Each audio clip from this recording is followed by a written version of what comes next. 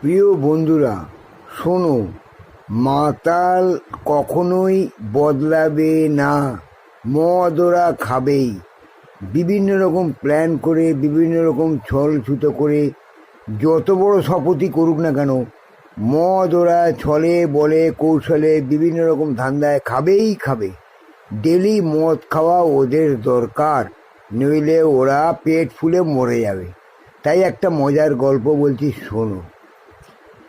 দুই মাতাল একদিন শপথ করল যে তারা আর জীবনে কোনো দিনও মদ খাবে না। ওরা দুজনের কথার দাম খুব রেখেছে এবং কথার দাম খুব রাখেও। সেই দেখে তখন চিন্তায় পড়লো ওরা যে ঠিক আছে, মদ খাবো না, ঠিক আছে, দেখি আমরা কতদিন মদ না খেয়ে থাকতে পারি। এমন সময় সরকার সেই শহরে মদের দোকান 1 মাসের জন্য ব্যান্ড করে দিল। ব্যান্ড করে দেওয়ার পর ওরা ভাবলো, যাক, মদ ব্যান্ড করে দিয়েছে, আমাদের মদ খাওয়ার ঝামেলাও নেই, আর মদ আমরা খাবো না।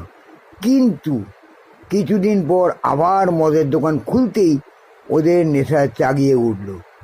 তখন ওরা বলতো, চল বন্ধু, আমরা মদের দোকানে যাই। আমরা মদ খাবো না প্রতিজ্ঞা করেছি, কিন্তু মদের দোকানে যাবো না এটা তো প্রতিজ্ঞা করিনি। তখন দুজনে মিলে আবার মদের দোকানে গেল। গিয়ে ওরা সিট নিয়ে বসে পড়ল। তখন বিয়ারে এসে জিজ্ঞেস করলো, স্যার, আপনাকে কি দেবো, পুরো বোতল না পেগ? তখন এক বন্ধু আর এক বন্ধুকে বলছে, দেখ, আমরা মদ খাবো না প্রতিজ্ঞা করেছি, কিন্তু মদ নিতে তো দোষ নেই, বা পেগ বানাতে তো দোষ নেই। তখন ওরা দুজনে অর্ডার দিল, 2 বোতল মদ দাও। তখন 2 বোতল মদ দেওয়ার পর ওরা দুজনে পেগ বানালো। পেগ বানানোর পর ওয়েটার এসে চাট দিয়ে গেল। তখন বলল, দুই বন্ধু বলল, দেখ, আমরা মদ খাবো না প্রতিজ্ঞা করেছি, মদ খাবো না ঠিক কথাই, প্রতিজ্ঞার কথা আমরা রাখবো, কিন্তু মদ খাওয়াবো না এই প্রতিজ্ঞা তো কোনোদিন করিনি। তাই চল, তুই আমাকে মদ খাওয়া আর আমি তোকে মদ খাওয়াই, তাহলে তো আমাদের প্রতিজ্ঞা পূর্ণ হলো আর মদ খাওয়াও হলো, কোনো ঝামেলা রইল না। তখন দুই বন্ধু করলো কি, দুজন দুজনকে মদ খাইয়ে দিল। এই হচ্ছে দুই বন্ধুর মদ খাওয়ার প্ল্যানটা শিখে নিয়েছো তো?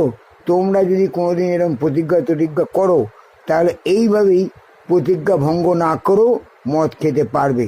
এটা মাতালদের জন্য শিওর ভালো ভিডিও হবে, তাই মাতালদের জন্য এটা আমার প্রধান উপহার। বুঝলে বন্ধু? মদ খাও, যুগ যুগ জিও, ঢকঢক পিও, বুঝলে?